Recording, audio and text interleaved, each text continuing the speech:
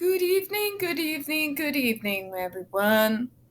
Welcome to another episode of Spilling Tea. I am your host, Tiffany Daniels. And yes, we are going back to that horrible world known as the JRC. But before we get going, a few of the usual disclaimers. First of all, a little update.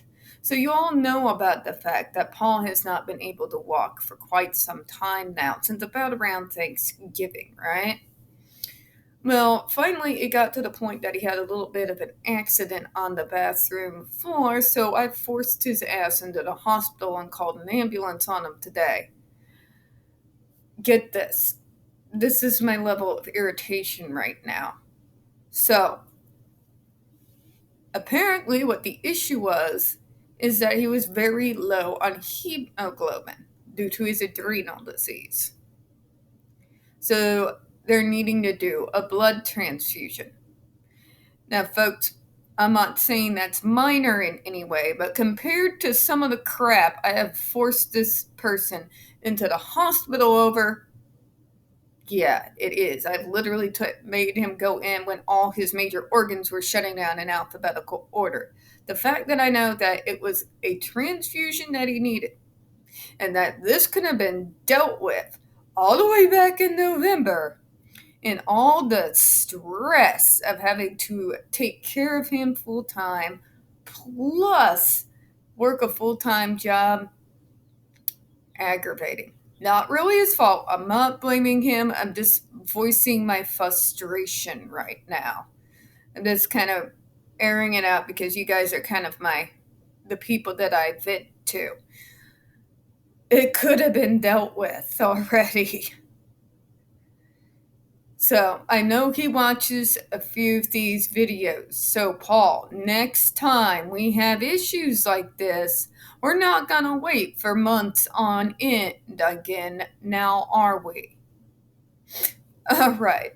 Now, on to the usual disclaimers. All right, folks, you are going to find the link right there in the description box, alongside the other pertinent links to the Stop the Shocks campaign, including Autistic Hoy's massive archive on the subject, the templates, and the ever-present and self-explanatory Change.org Shut the Judge Rotenberg Center Down petition.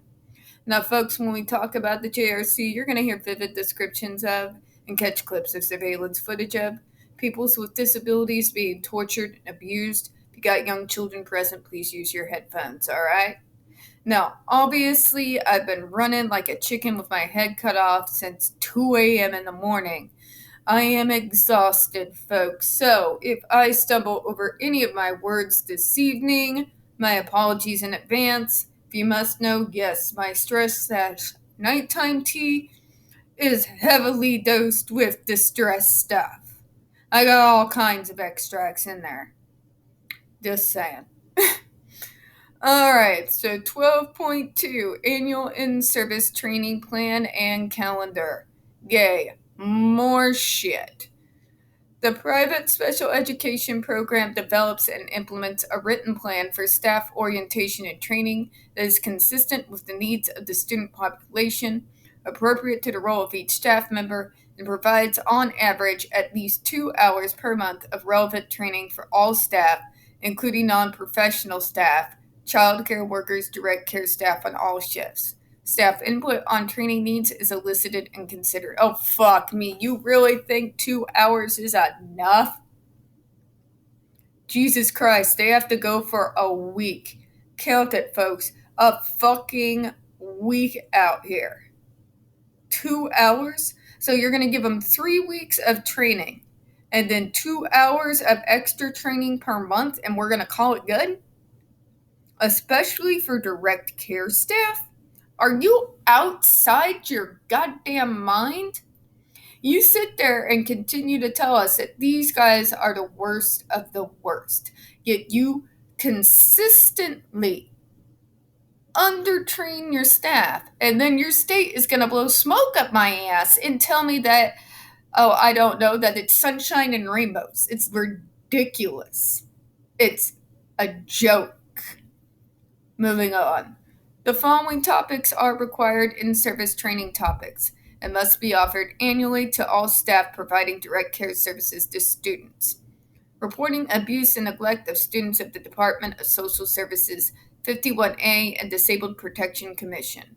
I wonder what the hell these people think abuse is. Considering what they do to those kids in that school, what does a staff member who does those type of horrible things to human beings every day think abuse is? I'm just wondering. Emergency first aid training by a certified instructor and were specifically required by the Department of Education certification in CPR. Medication administration, including but not limited to administration of antipsychotic medications and discussions of medications students are currently taking and their possible side effects. These people don't distribute medication. Remember, their whole goal is to get them off medication and get them on this fucking shock device we don't even allow on dogs legally. Runaway policy. Gee, I wonder why they run. Transportation safety, if applicable. Student record policies and confidentiality issues like they give a damn. Evacuation policies and emergency procedures, including but not limited to. Let's go back to this. When they talk about student confidentiality, you remember what they told Jennifer Masumba, don't you? You don't have the right to privacy. Yeah, I'm just leaving that out there. Utilization of alarm systems, evacuations in instances of fire or natural disaster, behavior management policies and procedures used by programs such as positive reinforcement, point level systems, token economics, timeout procedures. It's a whole bunch of kindergarten bullshit. It is ABA, but it's not even ABA like ABA is out here. It tokenizes and infantilizes every single person in that building. It really does. The staff as well as the students. Yeah, I said it. If you do good, you get a token and go to the toy store. Ma'am, I'm 25. Right? Just saying. Just saying. But they do that a lot, don't they? They talk about how it's useless to teach these kids anything. And they like to infantilize us. The medical model is infamous, along with school systems. Absolutely infamous with infantilizing people with developmental disabilities. And they treat us all like we're 5 years old for goddamn near an eternity.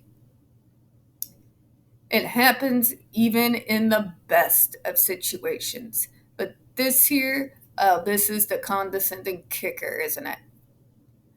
Moving on. Restraint procedures, including the escalations methods used by the program. By the way, I wasn't saying I'm 25. My ass pushing 40. I'm talking about some of those kids in that school. Curriculum alignment with the Massachusetts curriculum frameworks. Procedures for inclusion of all students in MCAS testing and or alternate assessments, and civil rights responsibilities. Oh, that one is a fucking joke. And you're going to tell me that's partially implemented? Really? What parts?